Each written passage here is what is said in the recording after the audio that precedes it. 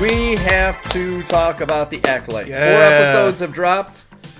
We haven't talked about it yet. No. I wonder why. Everyone has talked about it but us, but now Yeah. you're going to get our opinion on the Acolyte. Congratulations. So let's start at the beginning. My heart hurts. We haven't even started and my heart hurts. Oh. I've had soul burn. Like, you know heartburn? I've had soul burn for like 2 weeks since I started watching this show.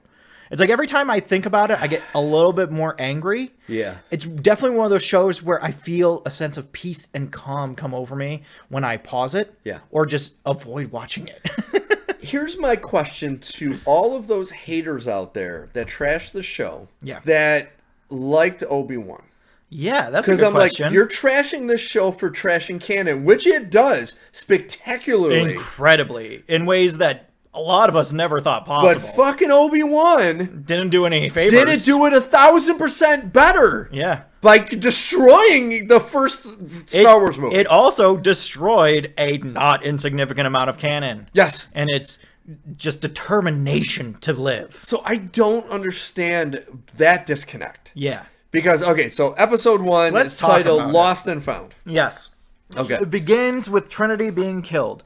Trinity exits the Matrix, and she's hanging out with a bunch of friends at a pub, and a girl comes up and challenges her to a fight and won't use weapons, and Trinity's like, I don't want to fight, and she's like, you gotta fight. So Jedi Master Indara is her name. Yes. And that is who Carrie-Anne Moss Her name plays. is Carrie-Anne Moss, but her real name is Trinity. It is Trinity. We all know her as Trinity. So this is why I have that issue going back to Ahsoka. That the Force can now do anything you need it to? No. You have a character that gets completely run through with a lightsaber, and she's up and walking around the next day.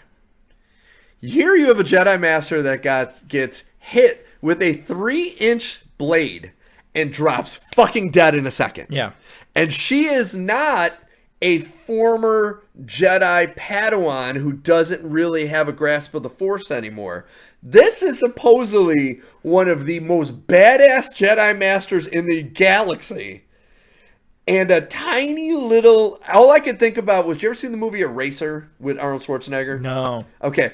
There's a part in it where he throws almost the identical blade at James Caan, and it hits him in his arm, and he yells to him, I can't believe you stabbed me with this mail-order shit. And here, she gets mail-order shit in the chest and fucking dies. Yeah. And I'm like, what the fuck am I watching? Yeah. And this is right in the beginning. This is the first thing that happens. This is immediately. And then the next thing that happens, because we can't have anything nice, as we go to a Trade Federation ship. Oh, before I should preface all of this, because this was their... I'm going to play this ahead of time, because I played a lot of Magic on our vacation. Yes. This is their, I'm going to play this now to fuck all you later. Yeah. They start out by saying that this takes place an indeterminate amount of time before the formation of the Senate. Like the formal Star Wars canon that we know. And so the next scene has, and my first thought is, oh, Old Republic. It's not Old Republic. No, it's not Old Republic. It's, what do they call it? The High Republic? Something like that. It's something like that? But it's definitely not Old Republic, because Old Republic still has respect for rules and canon. Yes. So the next thing that happens is we are taken to a Trade Federation ship, a thing that has never had anything bad happen as a result ever. And we meet our character, Osha, who looks exactly like the assassin. And she is a mechanic. Oh, I hate that term. And I say... What is a mechanic? I've seen a lot of Star Wars. I don't think I've ever run into a mechanic before. Well, a mechanic is what happens when a group, I guess, decides that they don't trust droids, and so they have to hire human mechanics to fix things. Even though the Trade Federation, the racist Trade Federation, famously use droids. It's like their big thing is that they use droids. They have an entire army of droids. It's like their big thing is that they really like droids. But sure, hire humans to then use droids to fix things. So I'm sorry. Run it back really quick. What part of this wouldn't be fixed by an astromech? Just any one part of this. Tell me one part of this that needed human hands involved, because the humans still didn't actually fix the goddamn thing. The robot still fixed the fucking thing. She just held it. So what the fuck is the point point of that? And the answer can't be, it takes place even older than Star Wars. Al, it's because only humans can put fire out in the vacuum of space. Only humans could discover fire in the vacuum of When space. I saw that scene, because, like, okay, I was already irritated with the whole Carrie-Anne Moss thing because, of course, she is one of the main pushers for this show, and her face is on the poster. And she's killed and immediately. you kill her off in 3 minutes. Okay. When I saw fire in space, I was like, what are we doing? what the fuck are we doing? What are we doing? What are we doing, guys? They have spacesuits on because there's no fucking oxygen in space, but there is literal fire in the vacuum of fucking space. Yeah. Yeah. Just so she could have a flashback to what's coming up in episode 3, and you're like, oh, is she afraid of fire? Dude? Does she have an issue with fire? There's definitely no other way that we could communicate that at any time in this story where there's, atmosphere. You know what? Here's the fucking thing. I would have given you that there was fire between the shield and the ship itself. Like somewhere in that layer there was fire, and that's why they had to fix it, right? Except that the reason they're out there is because they don't have a shield generator. Yes. So what are we doing? It makes me, that's what makes me mad. And we've talked about this briefly before the show started. My problem with the criticisms of this show is the majority of the critics are being dumb because they're using the fact that it's a woman-led series and it's women-led characters, and they're saying it's bad because of that. No. The show is bad because it's fucking bad. It's a bad show. It's just, when your first thought in this is, let's put fire in space. That right there, I was completely ready for the show to be as bad as it currently is. How do you look at The Last Jedi and say, oh, I love all of these ideas. Oh, yeah. Let's go 1,000,000% on all of them. Remember when there was gravity in space? Remember when they could drop things in space? They could do fire in space. Oh, they can definitely have fire in space because this is fantasy in space. Oh, yeah. Which means that none of that shit matters, No, even though it did every other time. When they go out on the fucking asteroid in Empire, do they just walk around? No. They have air masks. Yes.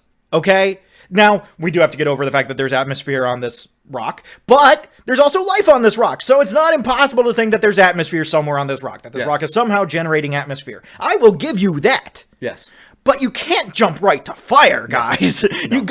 There has to be a progression of events. And it would be one thing if it was just trashing on canon. It's the fact that it's trashing on canon, and then the writing and directing of each episode is so bad, like incredibly, outrageously bad, that I can't get over it. I will wait until we get to episode 3, but holy shit. There were so many moments in episode 3 where I was like, what the fuck are we doing? Not just because of the canon. The actual filmmaking was terrible. Oh, it's horrific. It was terrible. And once again, folks, to preface, there is, I think, a total of 8 episodes in this season. I'm 99% sure. 6 to 8 episodes. This series cost $180 million, not in advertising it, in the creation of these episodes. $180 million fucking dollars. It's 8 episodes, which means that we are officially halfway through the season. Yes. Which makes everything somehow even worse. Yes. But it's like, you're spending so much money, like going back to our last episode when we talked to Godzilla -1. Under $20 million for that entire fucking movie. And here, the special effects and everything are just fucking dog shit. It's not even that the special effects are bad. It's that the special effects are supposed to help the story along. Yes. And, like, Star Wars is as good as it is because of the special effects. Yes. But I do think that you have to give credit to the writing. Even though the writing isn't great, the way that it's constructed, the way that the story is constructed, the way that the characters are brought together, the events, the pacing, the look, the style, that all is not just the special effects. That was the writing of the thing itself. Yes.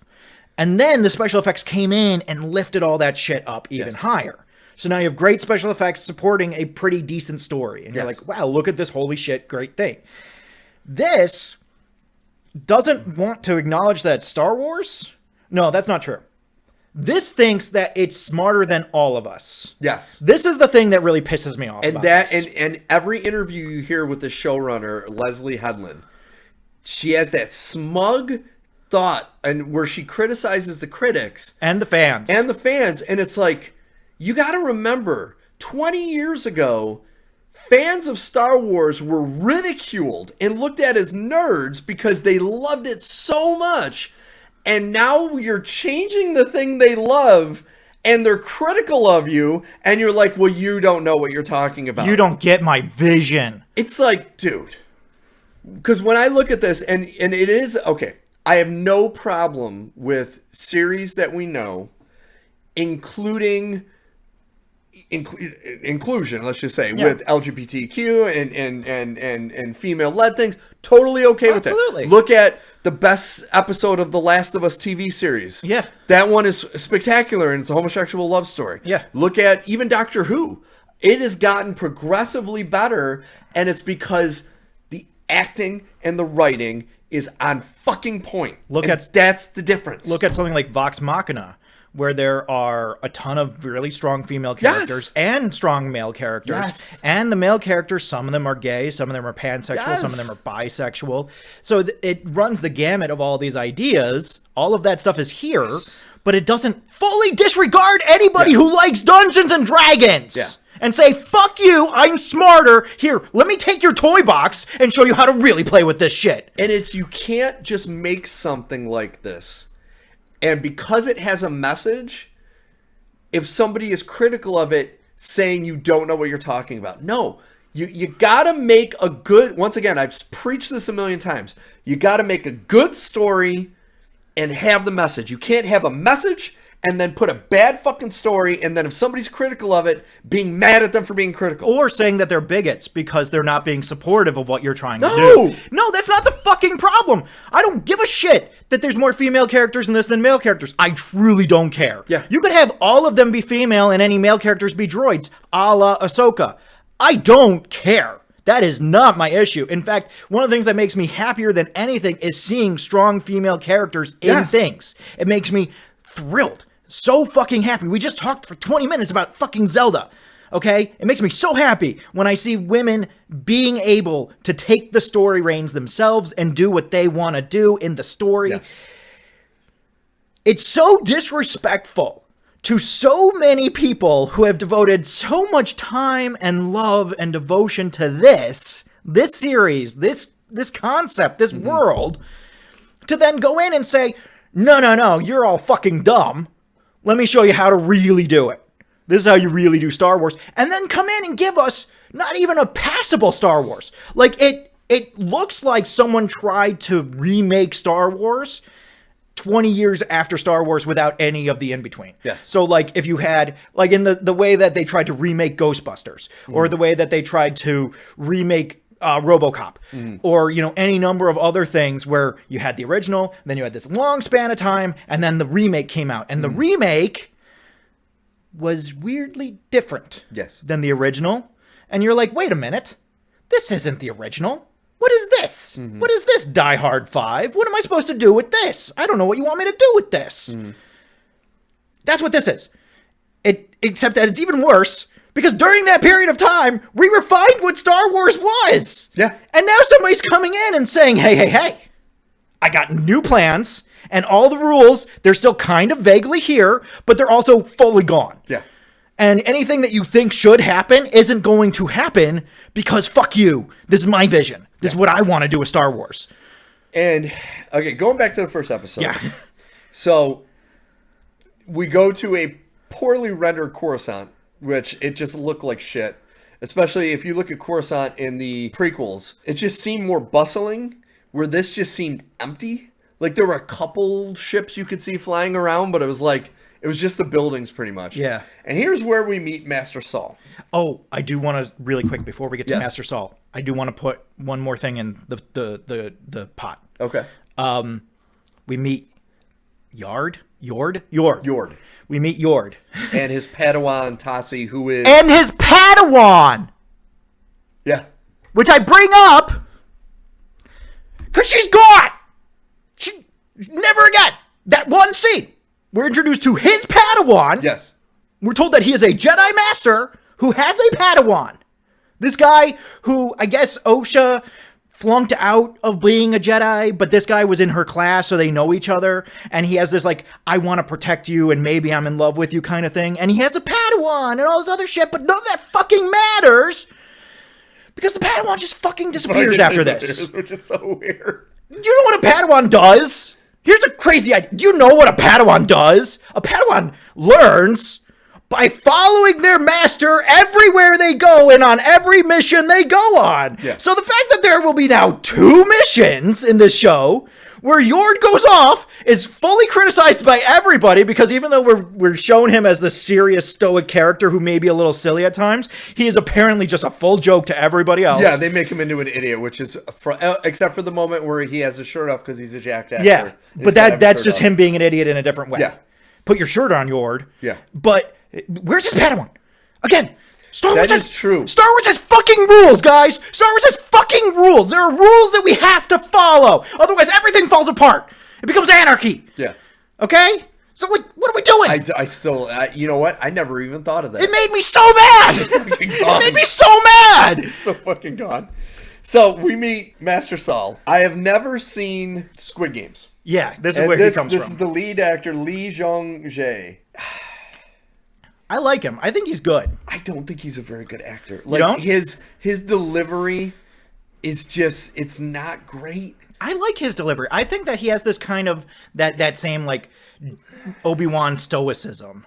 He does, but he's also, I don't know. It's just something about him. I don't know if he's just it's a bad show, and I'm just everything he says is just bad. But I'm not like in love. He is the like You're right. He is the Obi-Wan of this show. Yeah. And I don't have that same feeling towards him that you should have of somebody in his position. See, I think what it is for me is that he's a character that I like, so he's a buoy. It's like in this raging ocean of bad anti-canon. There's like, okay, here's a Jedi. I'm just going to hold on to this one Jedi, and it's going to be a Jedi, right? Because if he's not a Jedi, I'm going to die. Because, like, to me, that's... I know, even though he's written poorly in a couple things, to me, that's Yord, because he actually has like that almost Spock stoicism and logic to where even in episode 2 there's a scene where he says, this is what we need to do to get this guy to speak. They go against him, but then they end up doing what he originally said, and it's like, and okay, so he actually knows what the fuck he's talking about. He's the one that can prove OSHA didn't kill the second Jedi Master. Yes. Which is like the whole premise of the first 2 episodes, is that everybody thinks OSHA is killing these Jedi Masters. Okay, so here's my problem. Where do you want to start? Do you want to start with the fact that a bunch of people knew that she had a twin and nobody wrote it down? That's really interesting. Because they thought she died, but then no one wants to talk about it. Nobody wrote it down. And nobody wrote it down. There were 4 Jedi Masters on that planet. Nobody wrote down that you found 2 children. Nobody wrote down that you found 2 children. Yeah. I feel like that's really important. Yeah. So anyway, they find OSHA. Yes. After she survives a spaceship crashing from space. Well, first she has to get all of the people off the ship. Oh, we have to see that she is definitely not the assassin because she helps all these people get off the ship. And they have like that slapstick moment of the guy she helps, and he's like, I'm getting in there, bye! And he flies on, you're like... And he's on some... He's some kind of guy, and his punishment is to be attached to this slug that wipes his brain or something. Okay. Getting before the prison ship, she kills it. She supposedly killed a Jedi. Why did the 2 Jedis put her on a prison ship with a 1 robot guard and 2 droids flying it when she supposedly killed one of the most powerful Jedis in the galaxy? Without a weapon. Without a weapon. Because she needed to have her attack her with all her might. Also, the more you say that, the worse it sounds. It's so dumb. It's so fucking dumb. You gotta stop saying it. You gotta stop saying it. Well, she stops, and we'll talk about that. But yeah, so that was fucking stupid. Dumb. It's not good that my favorite thing about the ship is that the droids turned into chairs. That's not a good sign. Yeah. That's really bad. That's not a good sign. That's really bad, guys. Yeah. But that was by far my favorite thing, was the droids folded up and turned into chairs. I was like, oh, that's cool. Yeah. And that was it. That was all I liked from that. So ship crashes from space. And not only is she okay, there's not a mark on her. No, she's fine. Even though the ship is like fucked up. It's really destroyed. But no, she's fine. Yeah, no, the ship is ruined. Yeah. The ship is like, it has giant holes in it, and she strapped herself down and was perfectly fine. In fact, all of the search party, so you have Sol, you have Yord, and you have Jecki, played by Daphne Keane. Yes. In a ton of makeup. Who is a Padawan, maybe, but not Yord's Padawan. No, they kind of play her off like she might be Saul's Padawan, but they don't ever say it. But she's not Saul's Padawan, so what is she? But they all come running in, all like, oh, panic, panic, the ship's crashed, panic, panic. And she's just sitting there having lunch, chilling, and like, hi, guys, what's up? Yeah. Well, she has a vision of May, and so she tells Saul... May is still alive, and he's like, I believe you. Yeah. After him saying, I know she's dead. Yeah. And then all, like, right away, saying, like, I know she's dead to the degree that he didn't tell anybody that she had a twin. Yeah. I can't get over how many conversations revolve around, Osha has a twin. Dude. Wait a minute. Hang on a second. Hang on a second. How did we get this far in the investigation and nobody knew she had a twin? And can we talk about how they're obviously... fraternal twins, because they're two separate actresses that played them as kids, and they don't look a lot alike. No. But they are, after 16 years, not only do they have the same fucking hairstyle, but they are exactly alike because it's the same actress. It's just one actress playing two roles. But when you see the flashback and you're like, they're not identical at all. But you can confuse them. I know, because I did. We're going to get to it. Yeah. But it's like, how the fuck? What are you doing? What are you doing? How are you going to play off that not only are they identical, but after 16 years, they're going to keep, both of them are absolutely going to keep this exact same hairstyle they had as kids. Well, and I love that the only distinguishing feature between the two of them is supposed to be this little mark on the forehead covered by these big bangs that they both wear. Yeah, they both wear. And it's just like, Jesus fucking Christ. It's like, you've never seen Harry Potter, you got to show the lightning bolts. Jesus fucking Christ. All right, so we go on to episode 2, Revenge Justice. And we're like, things are going to get better, right? We're not going to desecrate more canon, right? Okay. So... where do you want to start? Do you want to start with the blind Jedis or the dumb Jedis? Or the fact that Jake Jordal shows up as the smartest person in town? How about, let's start with, what is the main thing Yoda is talking to Luke while he is training on Dagobah? A Jedi is a master of not only the mind, but of the body. Yes. How is there, and I'm not saying this as a negativity towards body positivity, how is there an overweight Jedi? I don't get it. That I didn't care about. That was fine. No, but it's like, that's the little things we're talking about. Like, if you know the canon, the Jedi are pretty much like the Navy SEALs, but with more patience. Where it's like, you are the best of the best. And Yoda specifically said, you are mind and body perfection. Mm-hmm. And you are like everything. And you're going to have this guy that looks like he came out of a British pub. Yeah. And I'm like, what the fuck? Well, that was just clearly a cameo casting. Somebody wanted to be in the show. It was, but it's like, dude. No, I understand. It didn't really bother me because I look at all Jedis as all kinds of things. I think that's my problem is after the first episode, I started nitpicking everything. Yeah. And it's like, especially canon, because I am not a Star Wars fan. But I know the fucking canon as well as anybody. The thing that I was super distracted by, and the reason I call them blind Jedis, is because this assassin tricks her way in to a sealed sanctum, which, by the way, later on in the same episode, she gets into without having to bribe a child to help her get in. Yeah. She just gets in through a window. So I guess that is a thing for reasons. But she goes in to this temple filled with Jedi who know that the Jedi master of their master, was just killed. Yeah. And no one can sense an assassin on the premises. Not even kinda. Not even a little. And then, as if to make this even better, she finds Timor Lannister? Whatever the second Baratheon is. Dude. The second Baratheon boy. He's the king that jumps out the window after Cersei destroys all his wife. His wife. But can we talk about the haircut that they gave him? The prosthetic beard and hairpiece are so laughably bad.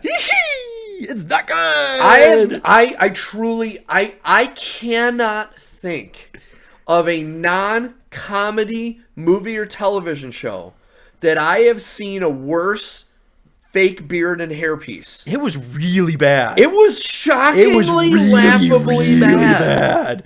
Like, I saw it and I was like, shit, dude. Tommen Baratheon, yes. also known as Torben here.